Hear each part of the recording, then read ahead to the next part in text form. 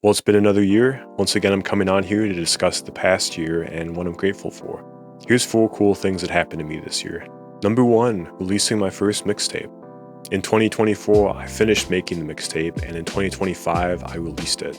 I had an album release party, sharing the stage with Intelligent Design and Soul Folk Union, the band I play bass in. Finishing the project, releasing it, learning how to perform live was all really empowering for me.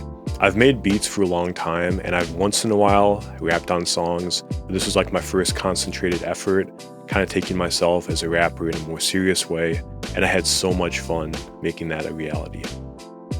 I love hip-hop. I know I'm not the best rapper, but making this album was really cool for me, and I'm just really excited to keep making that kind of music and improving as I go. I overcame a lot of self-doubt doing this, and I'm just really excited to make my next project and to keep improving. I haven't really announced this anywhere, but my original idea was to make 3 mixtapes as a way to improve as a rapper. So 2025 was the first mixtape. I've already finished writing the second one, and I'm going to be releasing that in 2026. And the third one will probably be the year after, but we'll see how long it takes me.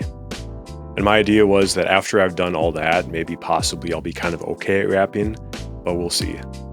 Number 2, monthly beat making challenges. I started the year by making a Drake type beat. I was listening to one of his songs, I was inspired by the drum pattern, and so I copied that pattern and made a Drake type beat. That progressed into me making 12 Drake type beats, and eventually evolved into me making beats for a different artist every month. I did Chance the Rapper, Mac Miller, and MF Doom. After that, I started a new job, and so I took a couple months off, but I finished the year strong with Tyler the Creator and Lil Wayne. These monthly challenges were amazing for me because it gave me a direction every time I sat down to make music. I would listen to the artist's music during that month, and so I was constantly getting in inspiration. Overall, I made 64 beats this year. My second mixtape consists entirely of those beats. I also have an EP I'm making with another artist, and then just tons of beats left over for future collaborations and future albums. Taking on these challenges was definitely one of the best things I did for myself this year creatively. Number 3, Lady Mercury. I started making music with my friend Beth this year, and it's been an absolute blast. But even more exciting is that we started a band together. We had already started a band when both of us signed up for the 48-hour band challenge, and that's an event where all these musicians gather and sign up.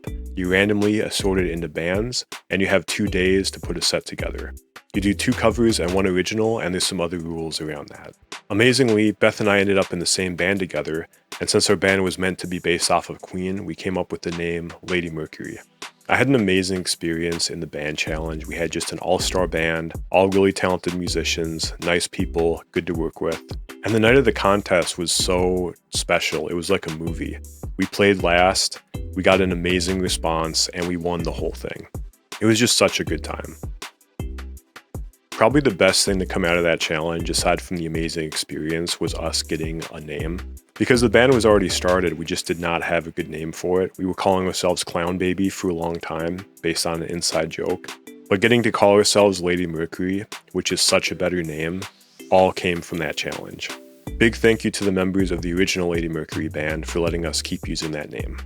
Both Fetty and Beth are incredible to work with. They're just really nice, good, genuine people, and they work really hard. And we're making some awesome stuff together. I'm very excited about it, and you're going to be hearing a lot more of it coming into 2026. Number 4, working in a music store. For a few years now, my main source of income has been giving private music lessons in a music store. But this year, I got hired on to work in the store as well as a salesperson. I work just a couple hours in the morning, and originally it's not something that I wanted to do. I wanted to just teach, but it's actually been a really good experience for me.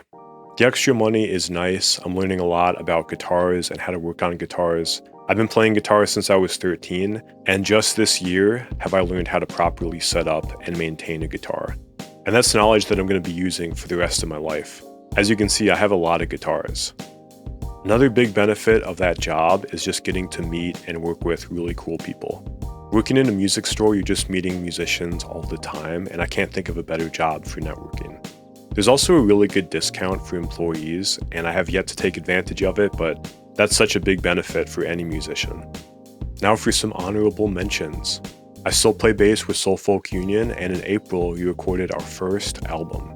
We just dropped the first single off of it, and it's called Touch. It's out now, and there's also a live video of our in-studio performance. It's so cool hearing mixed and mastered versions of these songs that we've been playing for a couple years, and I'm really excited to finally drop the album and to be sharing it with everybody.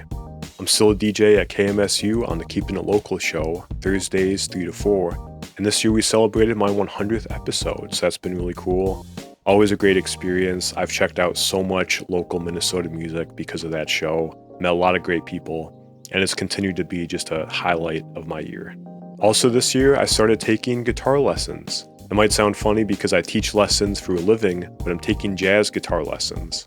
And I'm really enjoying the experience. I'm learning a lot about music and music theory and getting a lot of new ideas under my fingers. And it's been really inspiring for me. I think every guitarist gets to a point when they kind of plateau a little bit and they're not necessarily growing. Taking lessons has been a great way for me to get out of that plateau, to keep pushing forward, and to just expand on my knowledge. Another thing that was really cool is I had a year-long residency at the Coffee Hag. I perform as a singer-songwriter, and one Sunday every month I got to play at the Hag. Coffee shops are such a good environment for my style of music, and I really love to play at them, especially one that's local, that I know the owner, that I think they're all great people, and it's just awesome to support them and have a place to play consistently. So that wraps up my 2025. I'm currently in the mode of reflecting and making plans for the new year. I'm someone that's very goal-oriented in terms of what I want to accomplish, and I'm making lists and I'm making plans, and I'd like to do just so much more in 2026. Thank you for making it to the end, and I'll see you next year. Peace.